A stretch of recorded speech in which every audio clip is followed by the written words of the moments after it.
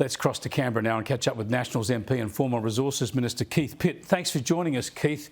Look, this is outrageous that the way to save manufacturing in this country is to put out a $15 billion boondoggle and make sure it can't invest in affordable, reliable energy.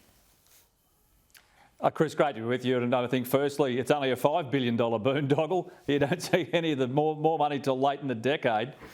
Secondly, somebody's got to be wrong here. Someone's telling fibs. Either the Greens are misleading their voters by saying that they've got this in place, or the Labor Party is misleading the Australian people, because what they're claiming at the moment is, we can make these amendments and do a deal with the Greens because we weren't going to do that anyway, and we can just fund it in other ways.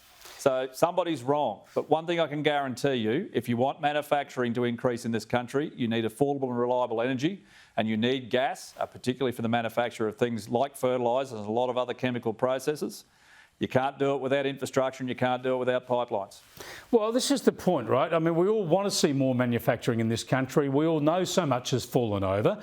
But you could have arguments about labour markets and flexibility there. A lot of companies will say that's a big input they have trouble with. But we can deal with that, and we should always deal with that in a good way in this country. The one big impost that's really crippled manufacturing, surely, is energy prices. Well, that's exactly right. I mean, you look at the squeals from Victoria, because they haven't developed any gas for more than a decade, effectively. They want gas from the north and from Queensland and from the exporters. Well, there's no way to get it there without pipelines, and Labor's just effectively mandated and legislated that their great big new fat fund can't be used to do anything that might actually be constructive. This is what gets to my constant harping on about national self-harm, right? We all know about wanting to reduce emissions, and that matters a lot to some people, although of course we know in reality it matters not much to the planet because we're such a small emitter globally, and global emissions are rising.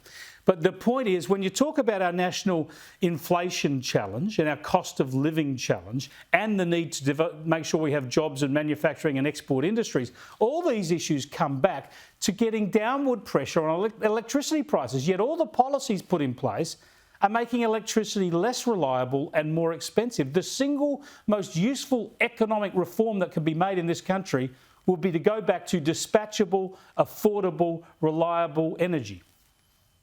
Well, that is exactly right.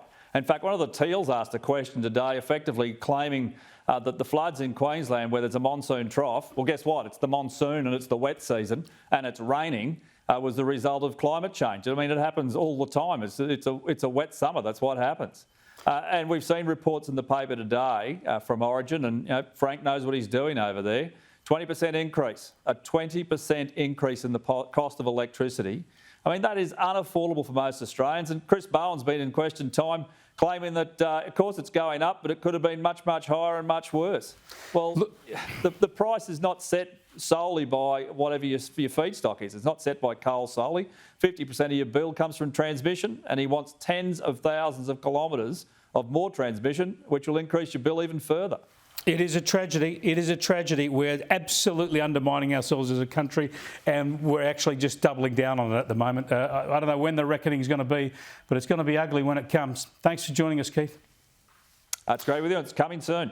Yeah, dear, oh dear. Why would a country, here we are at the opposite end of the world, isolated so much from our markets. One of our few advantages, one of our real natural strengths is cheap, reliable energy. Uranium, coal, gas. We've got more of it than most countries can dream of. We won't use it. We choose to make ourselves energy poor and let everybody else get rich on our resources. It is madness. Talk about it every night. It just drives me insane.